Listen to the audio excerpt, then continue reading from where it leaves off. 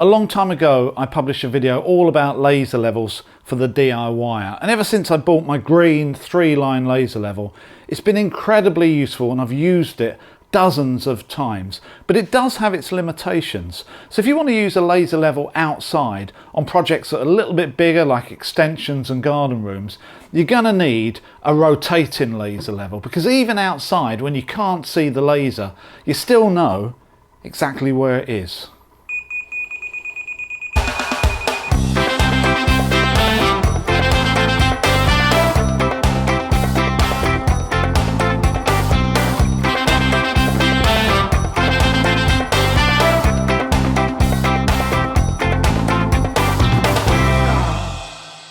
Rotating laser levels have been around for some time. They were patented in the 1970s and became widely available in the construction industry in the late 90s.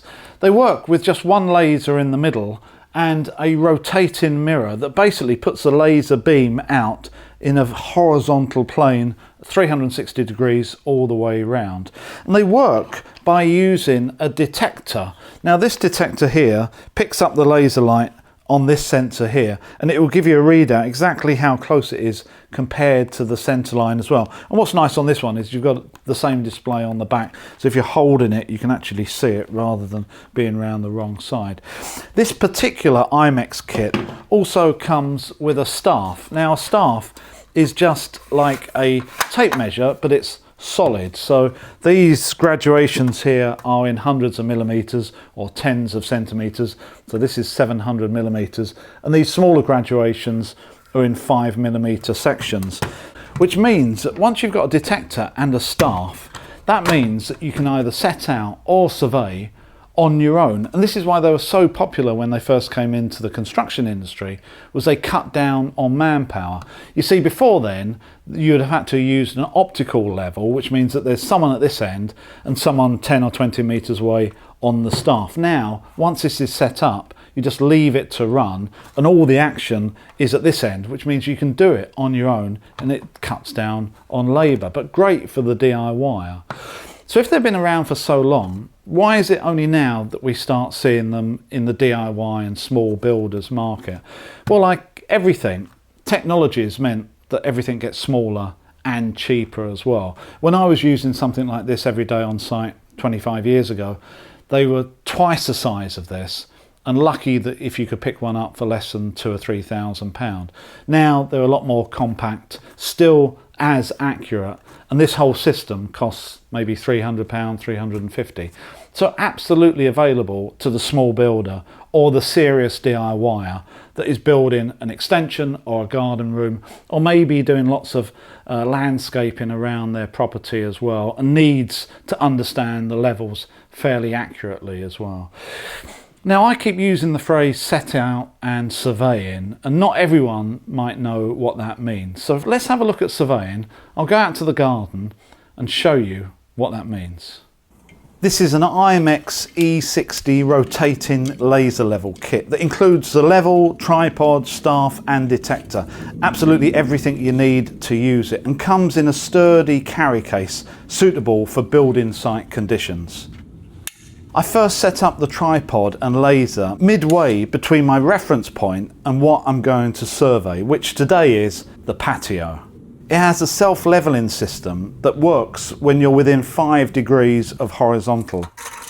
I take a reading from my benchmark, a reference point that I don't think will ever move.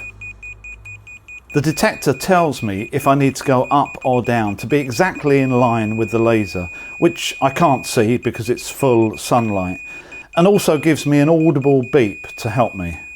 Once I'm on the mark, I tighten the bracket to fix the detector onto the staff. There's a coarse and fine setting on the detector, and I'm using the coarse, which is still accurate to a couple of millimeters. The reading on the staff tells me exactly how far above my benchmark the laser currently is. In this case, 948 millimeters. I've given my benchmark an arbitrary value of 10 meters above sea level. So my laser, I can say, is now at a level of 10.948. It's just the two values added together. With the laser untouched, I can now survey whatever I want within sight of it. I carry out the same process, taking a reading on the patio in the areas that I want to know the level of. These readings I can now subtract from the level of my laser, the 10.948 meters, which will tell me where they are relative to my benchmark. And as my benchmark isn't going to move, I can always refer back to these levels in the future.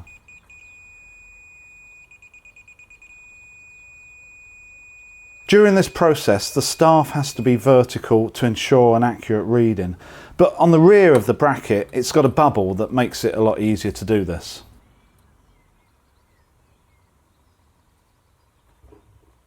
Unlike the visible laser level, distance of up to 400 meters is not a problem, and that's what makes this type such an asset, especially for constructing drainage or roads over large areas.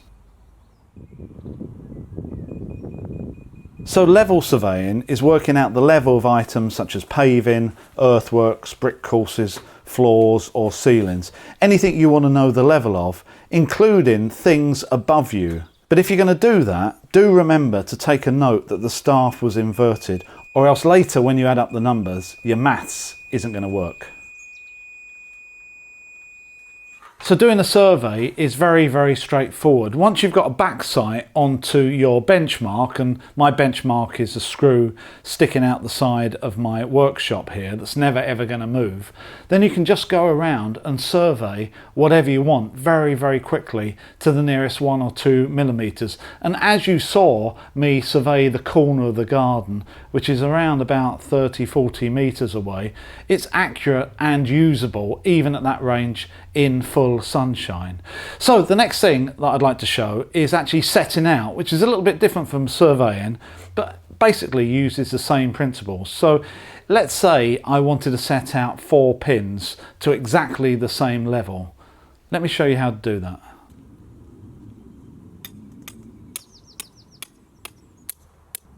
In this example, I'm using the same technique of surveying the top of the pins, so I know accurately their level.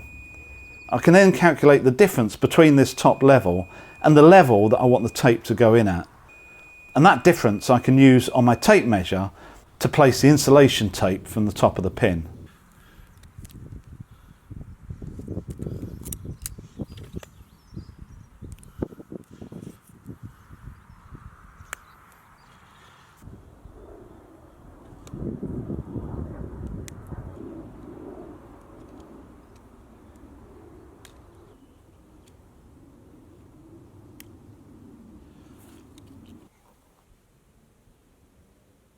Okay, so that was only 4 points and they were all next to each other, but it doesn't really matter. It could have been 20, or they could have either been here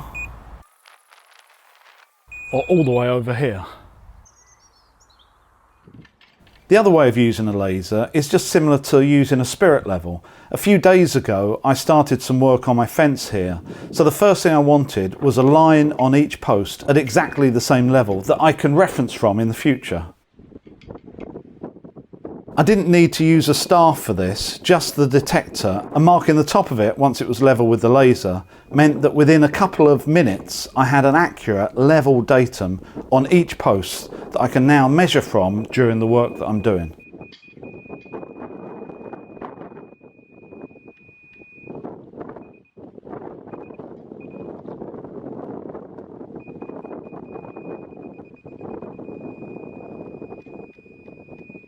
So I think that gives you an idea of just how quick and accurate these are to use. Regarding accuracy, the manufacturer guarantees that this is plus or minus 2 millimeters over a 30 meter distance, and obviously prorated for distances beyond that. So for general building and landscaping and drainage works, that's plenty accurate enough.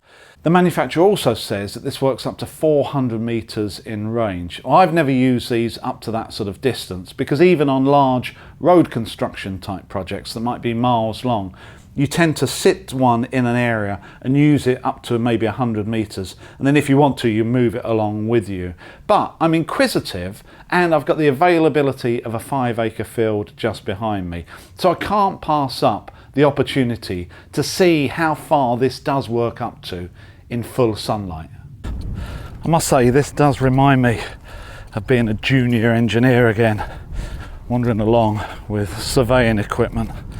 was a few years ago now. The weather wasn't always like this though. Just going to the furthest end of this field.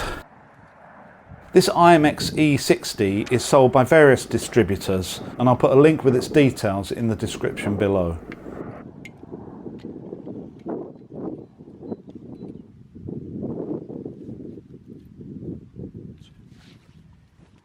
23, 24, 25, 26, 27, 38, 39, 40, 41, 5, 6, 8, 9, 100. 1, 2, 9, 200, 1, 2, 3, 4, 5. Just over 200 meters. I can't even see where I left it now. It's one thing you do need. You do need line of sight. Oh, there it is. Might be a bit high for me actually. Let's see.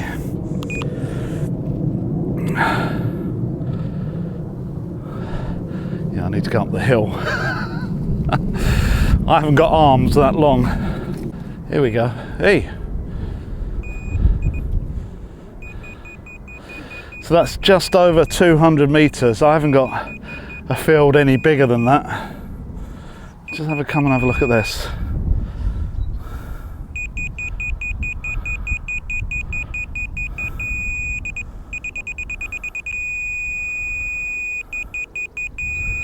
And it looks like it's got a range in the middle there of maybe about just 3 or 4 millimeters, which is pretty good over this distance.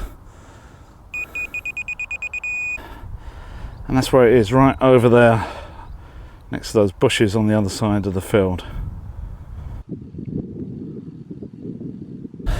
So I couldn't get to 400 meters because the field's not big enough. But I must say, this sort of distance is probably more than I think anyone really ever need.